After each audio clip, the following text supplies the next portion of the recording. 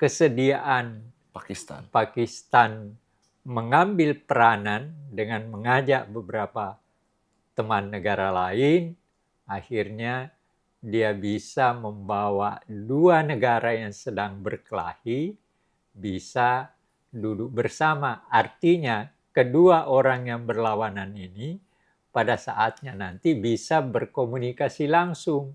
Dan itu sangat penting, terlepas nanti hari pertama bagaimana mereka bisa berdebat dan sebagainya, mungkin saling maki tanda kutip, tapi kan ada waktu untuk berkomunikasi. Jadi itu tadi, ada kenyataan yang tidak bisa tidak harus membuka ruang masing-masing untuk pada saatnya secara pelan-pelan dan orang yang dipercaya menjadi penengah. Di situ letaknya Pakistan.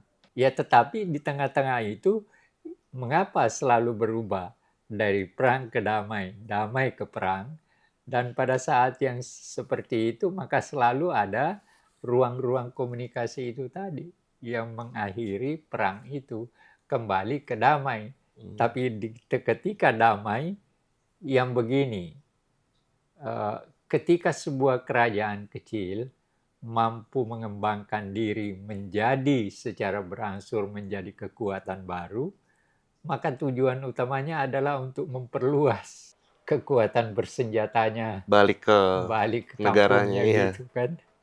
Itu. Tapi apakah itu akan terjadi ya kita lihat. Tapi saya kira dengan peristiwa ini memang pengaruh Amerika di negara Teluk pasti akan berkurang karena apa? Kenyataan dalam perang ini Amerika tidak bisa melindungi mereka. Iya. Hancur-hancuran juga kan dengan drone-nya. Pada akhirnya terjadi kesepakatan dan Amerika Serikat tarik ulur dari negara Iran. Bagaimana posisi Israel, Pak? Oke, jadi selamat datang. Kali ini kita akan membahas apa yang baru hari ini terjadi ya, Prof. Gencatan senjata Amerika Serikat dengan Iran. Sebelum kita lanjut nih ke substansi-substansi dan syarat-syaratnya, dari garis besar dulu, Prof. Menurut Prof. Anhar bagaimana? Ya, ini satu langkah yang boleh dikatakan akan menjadi awal dari kemungkinan terjadinya damai, dan damai ini bukan sekedar untuk Amerika dan Iran, tetapi untuk dunia. Itu yang harus ditangkap dari ini. Tetapi kebesaran jiwa dari Iran terutama sebagai bangsa yang diserang, ini menunjukkan satu sikap etik untuk kepentingan dunia juga. Demikian diancam, diapain, dikata-katain oleh Trump, bahkan mau dikembalikan ke zaman batu, segala macam. Setelah ada bangsa yang sesama yang bisa dipercaya untuk menjadi penengah, yaitu Pakistan. Kemudian Pakistan mengajak beberapa orang, akhirnya usulan yang dikemukakan oleh Iran ke Pakistan disampaikan kepada Trump. Trump bersedia menerima. Ya, salah satu klausulnya yang dituntut juga oleh Trump adalah membuka Selat Hormuz. Tapi tentu dalam jangka waktu yang ke depan dalam perundingan, tanggal berapa nanti, bulan April, Perdana Menteri Pakistan mengajak untuk bertemu di Islamabad, ibu kota Pakistan. Ya mudah-mudahan kita berharap sekarang sudah ada dampaknya. Mulai harga minyak mulai turun sekian persen. Nah ini saya sudah satu hal yang menguntungkan. Walaupun sementara situasi seperti ini, Iran masih menyerang Israel. Karena memang akan menjadi persoalan ke depan. Kalau sudah ada perjanjian, tiba-tiba Israel melakukan Melayangkan. tindakan pengkhianatan lagi seperti 2 kali dilakukan. Gitu. Saya kira itu yang bisa kita lihat, dan berdasar inilah mari kita bicarakan lebih lanjut persoalan-persoalan yang akan dihadapi selanjutnya. Belum lagi ini akhirnya Selat Hormuz juga dibuka ya, Prof? Tentu saja itu salah satu faktor, tetapi Iran tentu seperti misalnya sekarang sudah jelas Dewan Keamanan, resolusi yang dibuat oleh Dewan Keamanan PBB diveto oleh Cina dan Rusia. Yang lain setuju dan sebagainya. Jadi sekarang sudah jelas keberpihakan dari Cina dan Rusia lewat veto yang dilakukannya di Dewan Keamanan. Gitu. Nah, kalau kita lihat dari 10 butir syarat gencatan yang diajukan oleh Iran, yang 8-nya sudah disetujui oleh AS. Jadi yang pertama, penghentian total perang di Irak, Lebanon, dan Yaman. Iya. Kemudian penghentian perang terhadap Iran secara menyeluruh dan permanen tanpa batas waktu. Iya. Kemudian pengakhiran seluruh konflik di kawasan secara menyeluruh. Terus pembukaan kembali Selat Hormuz. Terus pembentukan protokol dan persyaratan untuk menjamin kebebasan serta keamanan navigasi di Selat Hormuz. Pembayaran penuh kompensasi biaya rekonstruksi kepada Iran. Iya. Komitmen penuh untuk mencabut sanksi terhadap Iran. Iya. Pembebasan dana dan aset Iran yang dibekukan dan ditahan oleh AS. Iya. Komitmen penuh Iran tidak mengupayakan kepemilikan senjata nuklir. Iya. Yang terakhir, gencatan senjata berlaku di seluruh lini begitu seluruh persyaratan di atas disetujui. Iya. Dan klaim bahwa AS telah menyetujui itu menjamin tidak akan mengulangi agresi, melanjutkan kendali Selat Hormuz, menerima pengayaan, mencabut seluruh sanksi, mengakhiri seluruh resolusi Dewan PBB, membayar kompensasi, menarik pasukan tempur, menghentikan perang di seluruh lini. Iya. Ya, tentu saja itu persyaratan-persyaratan yang masih akan panjang di pembicaraan dalam perundingan nanti yang diinisiasi oleh Pakistan. Pakistan ini memang mempunyai kemungkinan untuk menjadi menjadi penengah, karena dia berbatasan dan tetap berhubungan baik dengan Iran. Tetapi dia juga dekat dengan Amerika sejak dari dulu. Nah itu yang menyebabkan misalnya jenderal-jenderal Pakistan itu banyak yang kenal baik dengan jenderal-jenderal Amerika juga. Bahkan ada jenderal yang dekat dengan mungkin dekat dengan Trump, dan itu yang bisa membuka jalan. Nah, hal ini sebenarnya bukan sesuatu yang dalam perkembangan sejarah dunia selalu ada kemungkinan-kemungkinan terbuka untuk kemudian membuka perdamaian itu. Selalu ada. Nah, ternyata sekarang terjadi seperti ini. Nah, ya kalau kita mau membuat perbandingan walaupun tidak tepat, ya sebenarnya ketika kita mau mencapai kedaulatan kita, itu kan sedang Perang Dunia Kedua. Bukan Perang Dunia Kedua berakhir, lalu Perang Dingin. Iya.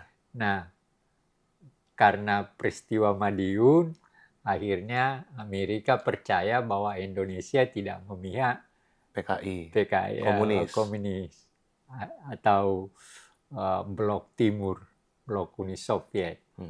Ya, akhirnya justru Amerika yang membawa kita ke proses untuk kemudian diakui oleh Belanda lewat perjanjian KMB. Ya, jadi ada selalu seperti itu. Dalam bentuk yang berbeda, ya Pakistan yang memegang peranan penting ngajak beberapa orang negara lain untuk melakukan, dan dalam mudah-mudahan ke depan hasilnya sebagaimana yang diharapkan. Tapi kalau kita lihat nih Prof, hampir ya sudah sebulan ini ya perang berjalan. Begitu singkat rasanya, walaupun alhamdulillah kita bersyukur karena ini untuk kepentingan dunia juga. Tetapi dari gelagat Trump yang dari awal selalu berteriak-teriak, terus mengecam dan lain-lain, tapi rasanya tiba-tiba langsung gencatan senjata, itu bagaimana Prof? Apa kemungkinan-kemungkinan yang Sebenarnya ini terjadi? tidak bisa juga dikatakan sebagai hal yang sangat singkat. Karena apa? Kan rencananya dia cuma 3 hari. Iya. Iya kan? Tapi kan berlangsung berapa minggu? 4 minggu kan? Iya. Ini memasuki minggu ke-5. Jadi panjang juga sebenarnya, apalagi senjata yang digunakan adalah senjata mutakhir kan? Betul. Itu. Jadi tapi terlepas dari itu, apa yang dilakukan oleh Trump dengan bersedia, ya walaupun sudah berkali-kali bersedia menunda lagi ininya dan mengajukan, menerima usul dari negara penengah untuk menghentikan perang selama 2 minggu kan? 2 minggu. Nah, itu menguntungkan dalam arti kata begini, ada ruang untuk berkomunikasi. Sebenarnya komunikasi ini sangat penting. Kalau kita masih mau berkomunikasi, artinya ada ruang di mana kita bisa sepakat. Dan ini yang diharapkan. Ya, saya ingat dulu itu salah satu faktor yang menyebabkan Perdana Menteri Syahrir ngotot untuk melakukan perundingan dengan Belanda. Karena dia beranggapan ada komunikasi, duduk bersama, itu ada ruang untuk bertemu. Nah, hal ini juga terjadi. Iya. Kesediaan Pakistan mengambil peranan dengan mengajak beberapa teman negara lain, akhirnya dia bisa membawa 2 negara yang sedang berkelahi bisa duduk bersama. Artinya kedua orang yang berlawanan ini pada saatnya nanti bisa berkomunikasi langsung. Dan itu sangat penting, terlepas nanti hari pertama bagaimana mereka bisa berdebat dan sebagainya. Mungkin saling maki, tanda kutip. Tapi kan ada waktu untuk berkomunikasi. Iya. Nah, itu yang terpenting. Nah, proses bagaimanapun alotnya komunikasi pada awal, hari kedua, hari ketiga, tapi saya kira hari keempat akan ditemukan kalimat tertentu, hal tertentu, sudah bisa membuka ruang untuk menciptakan kesepakatan. Nah, itu yang penting. Kalau orang tidak bertemu hanya teriak masing-masing saling meneriaki, kapan selesainya? Itu. Tapi sebelum kita lanjut ke dalam 2 minggu ini apa yang akan terjadi dan lain-lain, kalau kita lihat dari AS yang dipimpin oleh Trump. Di sini 4 hari yang lalu, 4 April 2026, itu Trump minta anggaran $1,5 triliun untuk perang Iran. Iya. Yang kemudian ada Partai Demokratnya Amerika juga di pemimpin anggaran Senat itu menuduh Trump kalau dia ini mengejar perang asing yang sembrono.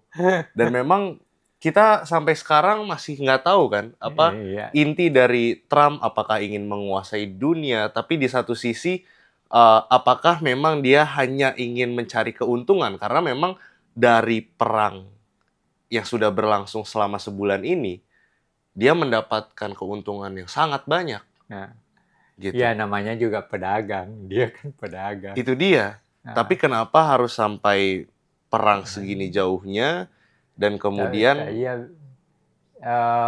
saya kira begini, apa yang dilakukan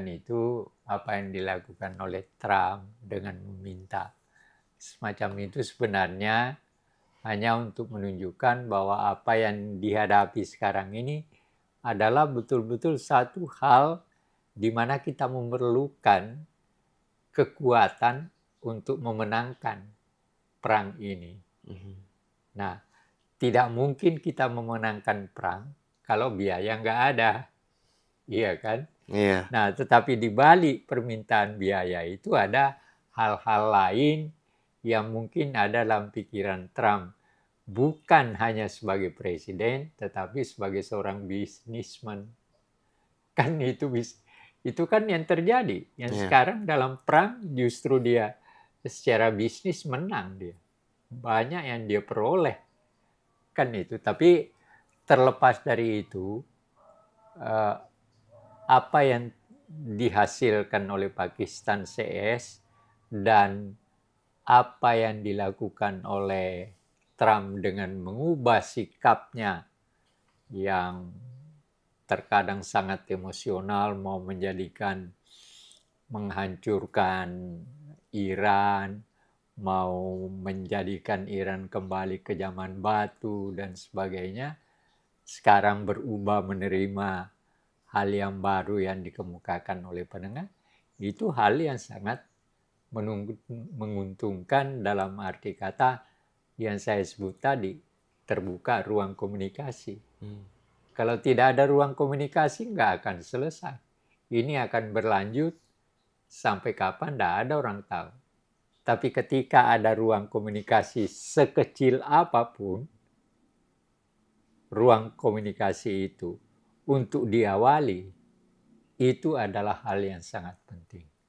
Secara historis, hal itu selalu terjadi di berbagai kerajaan-kerajaan yang berkelahi dan sebagainya. Selalu sementara perang ada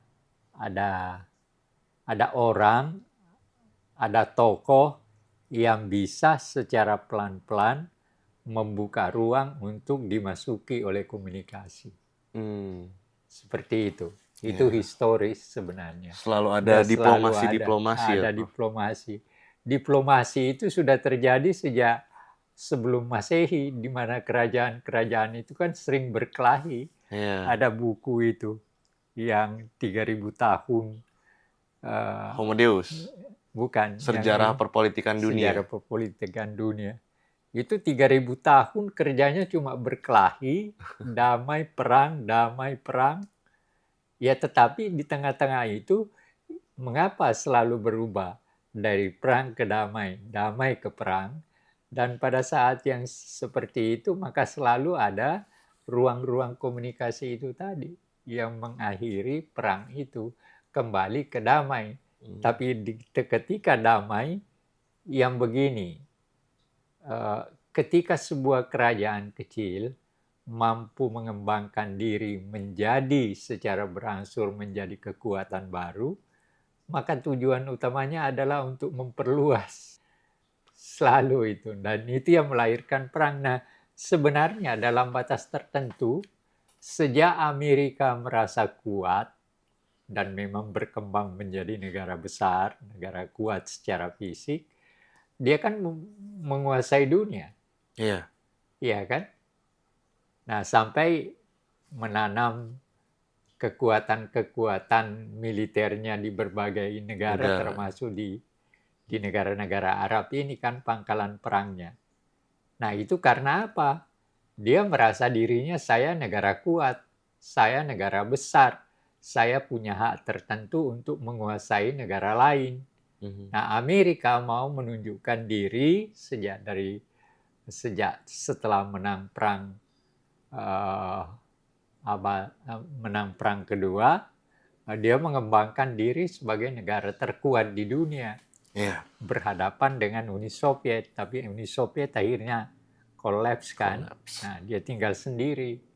Nah, selalu begitu dalam sejarah. Perkembangan dunia selalu begitu. Nah, Amerika di bawah Trump kan yang apa kampanyenya kan Make America Amerika, Great Again. iya kan, Jaya kembali. daya kembali karena dia merasa bahwa di bawah Obama, uh, Biden. Biden, gitu kan, keadaan Amerika tidak sekuat seperti yang ada dalam bayangannya. Nah, dia ingin kembalikan itu. Nah, tapi itu bukan sesuatu yang baru secara historis. Selalu negara tertentu yang merasa dirinya kuat selalu ingin mengembangkan kekuasaannya kepada negara-negara lain Mhm. dengan tujuan tertentu. Itu selalu terjadi. Historis itu. Nah, ini baru saja juga setelah adanya gencatan senjata, Trump yang pertama dia klaim bahwa dia menang perangnya. Iya, Betul bilang. kata Prof kemarin kalau Trump akan seolah-olah dia yang memenangkan perangnya. Memang iya. Yang kedua, ya ini mungkin memang pada akhirnya ingin menguasai perekonomian ya Prof, karena Iya. setelahnya Trump ingin Amerika Serikat pungut biaya tol Selat Hormuz. Begini, ini kembali teringat kepada apa yang diajarkan oleh Muti Ali pada saya. Soal Kamu, minyak. Mas Anhar, nggak usah ribut-ribut kita bicara Palestina, ini segala macam di Timur Tengah. Persoalannya sederhana. Ketika kamu menerjuni persoalan di situ, yang kamu minum adalah minyak. Dan ternyata sekarang seperti itu kan. Itu yang terjadi. Dalam bentuk yang tentu ada hal-hal yang berbeda. Ya generasinya udah berbeda, cara menghadapi persoalan udah berbeda.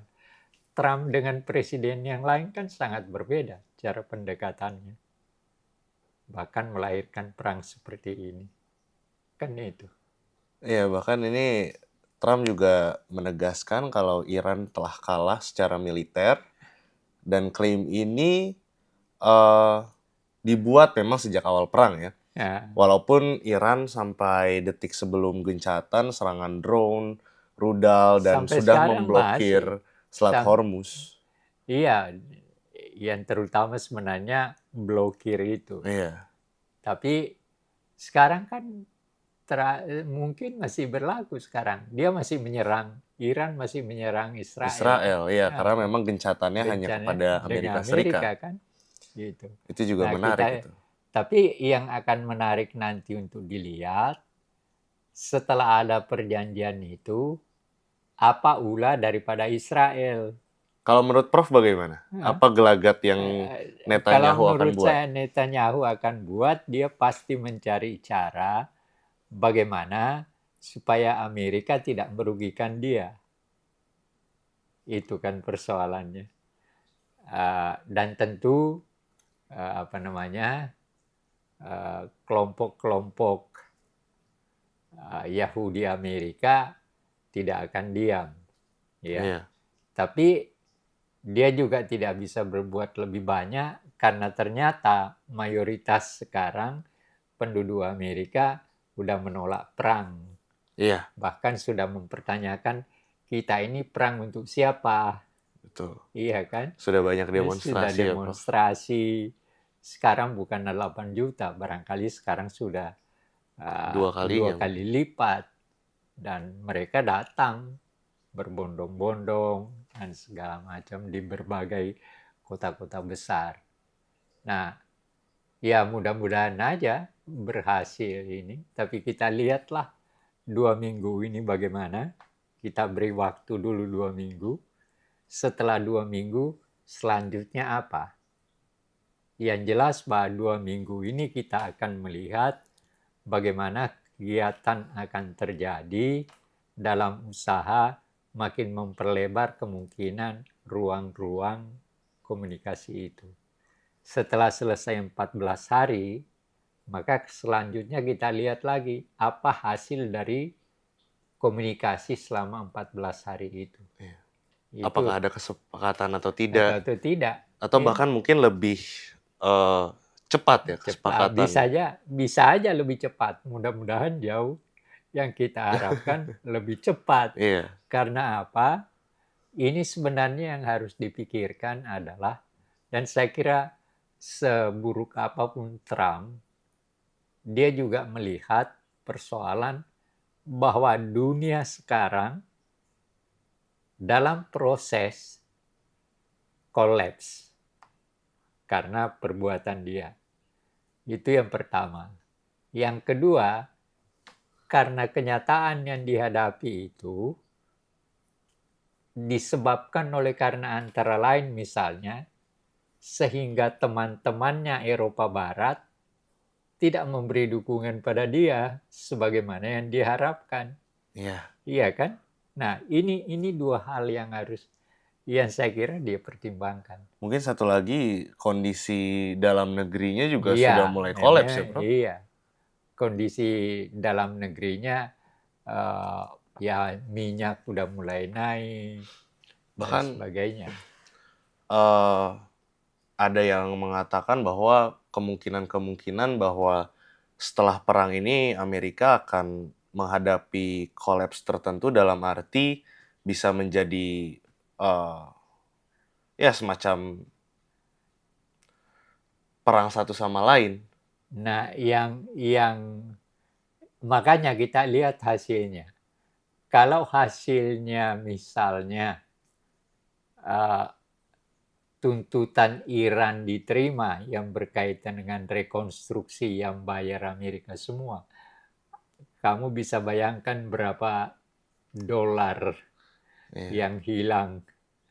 Dan itu adalah yang bayar itu rakyat. Itu kan pajak rakyat yang dipakai kembali lagi kan ke situ. Jadi memang ini persoalan yang rumit, tapi ya dimanapun akan selalu terjadi hal itu. Mungkin faktor-faktor ini yang nanti akan menjadi persoalan yang ya agak menyebabkan memerlukan waktu. Ya. Mungkin yang akan membuat sulit dalam 14 hari ke depan ini, Prof, dengan diplomasi yang akan dilakukan oleh Iran dan Amerika, akan sulit jika Trump masih bergelagat seperti kemarin-kemarin. Mungkin kemarin-kemarin lebih ekstrim dalam arti dia menyuarakan peperangan, kekerasan, dan lain-lain. Tapi di sini kita lihat kalimat yang dia katakan atau yang dia gunakan ketika ingin memungut biaya tol Selat Hormuz. Bagaimana, ini kutipan langsung, bahwa dia mengatakan bagaimana kalau kita yang memungut biaya tol. Saya lebih suka melakukannya daripada membiarkan mereka yang memungutnya. Ya, Mengapa kita tidak boleh? Kita adalah pemenangnya, kita menang. Enggak. Keliru pikirannya itu. Nah, itu yang akan membuat sulit dalam satu faktor kesepakatan dengan Iran. Iran juga sudah mengatakan bahwa saya punya hak untuk mengontrol itu Selat bagian Hormuz. dari wilayah dia kan. Betul. Masa mau dikasih ke orang?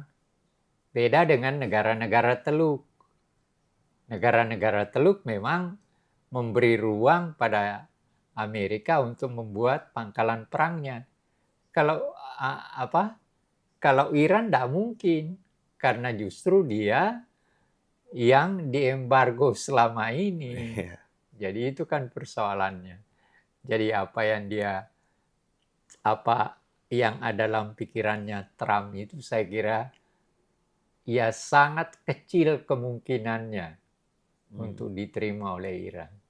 Dan pasti akan diveto dan sudah diveto di ini kan, diveto di Dewan Keamanan Mhm. oleh Oh China. iya, Dewan Keamanan sudah diveto. Itu terkait hak wilayahnya, resolusi iya, terkait dengan itu hak wilayah dari Iran. Iran.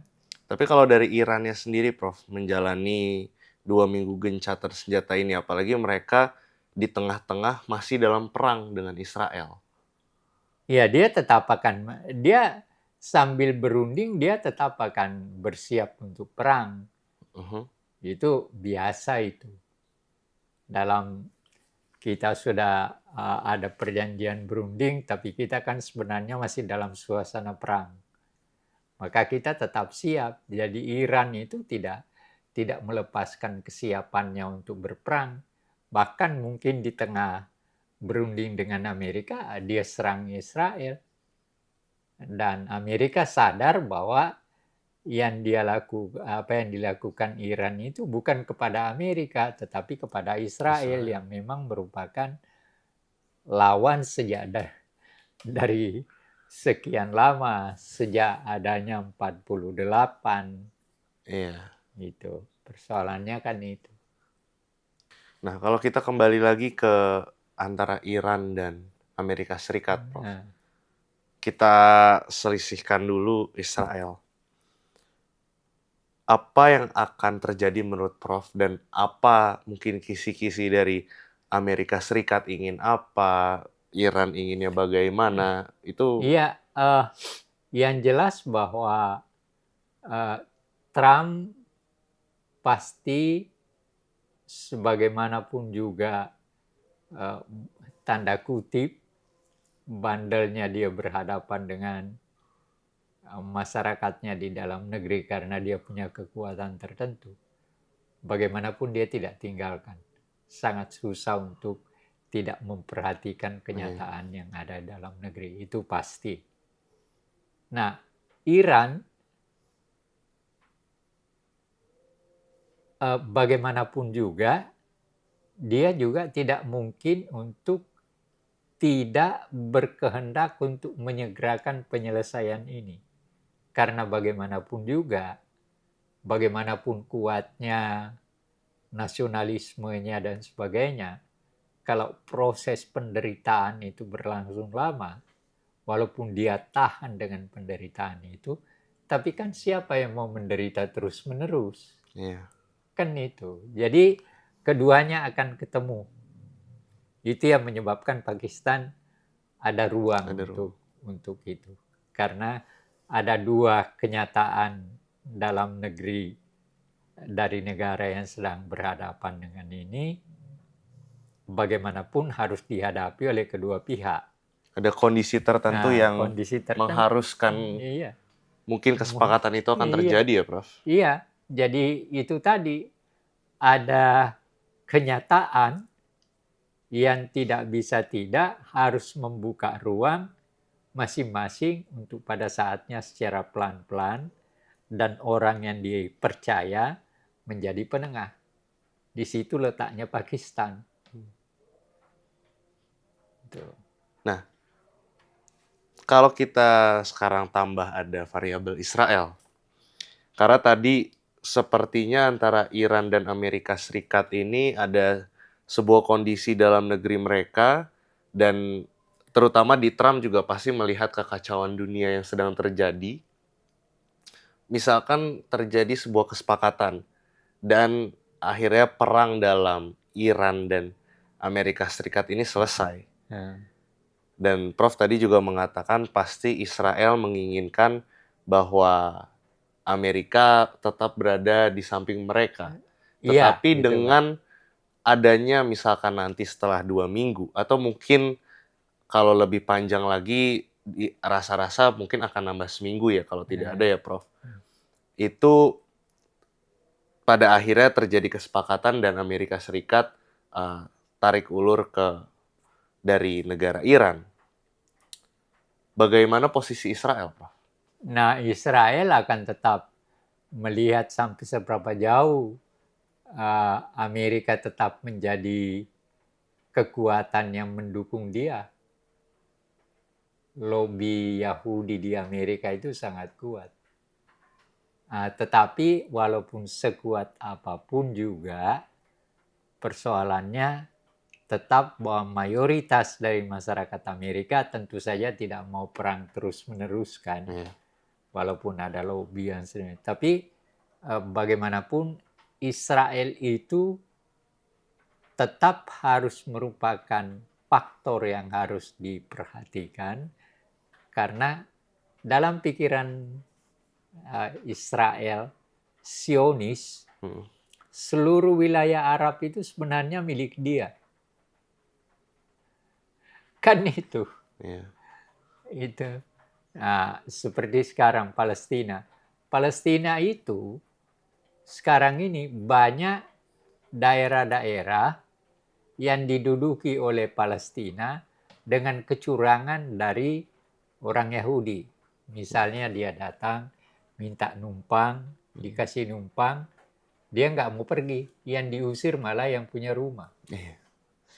Tapi kenapa Zionis itu dibuat seperti itu, Prof?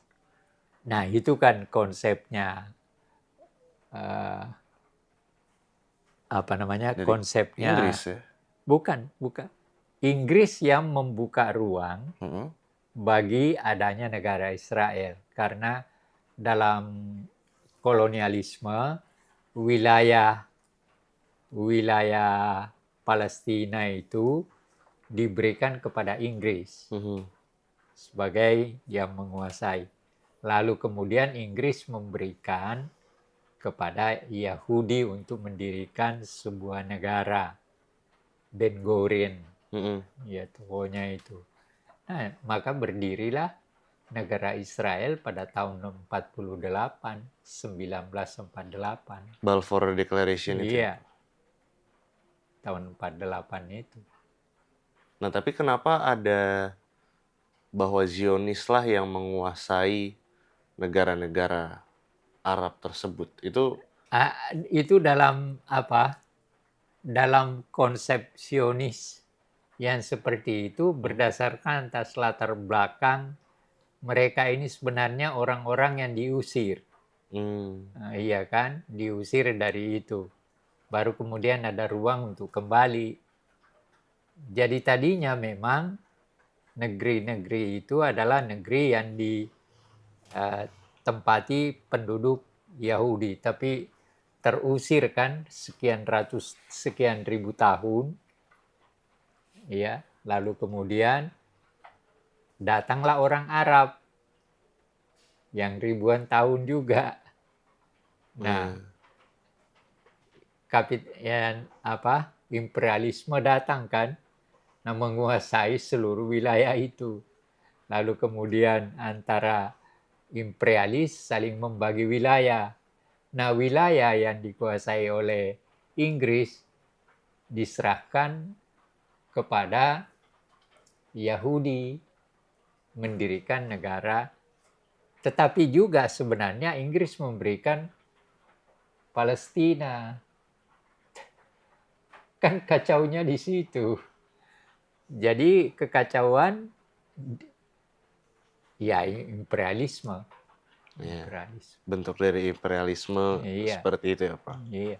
Nah, balik lagi, jadi pasti Israel akan meminta kepada kaum Yahudi di Amerika untuk tetap berada untuk mendukung Oh atau iya, kalau ini ya, itu Prof. sih iya. Nah, tapi kalau misalkan memang sebegitu beratnya untuk kaum Amerika dan tidak mungkin kalau misalkan tidak akan sebesar Trump yang berada di samping Israel kan, Prof.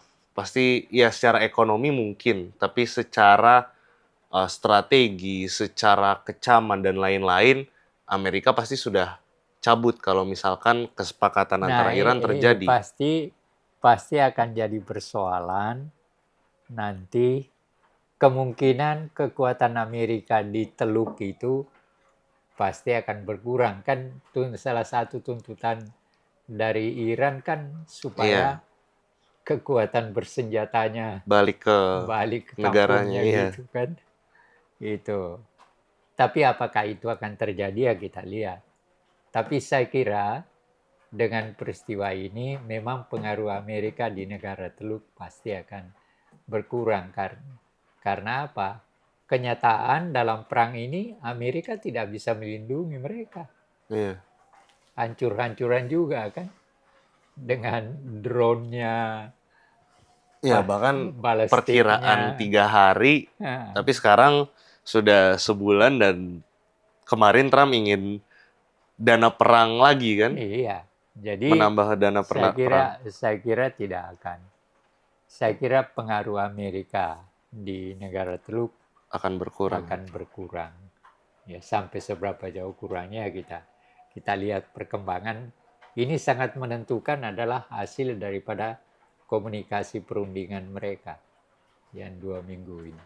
Saya kira itu yang eh, patut kita perhatikan terus-menerus dan sampai seberapa jauh pengaruhnya juga terhadap perkembangan ekonomi dunia Iya. dan perkembangan kekuatan Amerika sebagai kekuatan dunia. Gitu. Oke.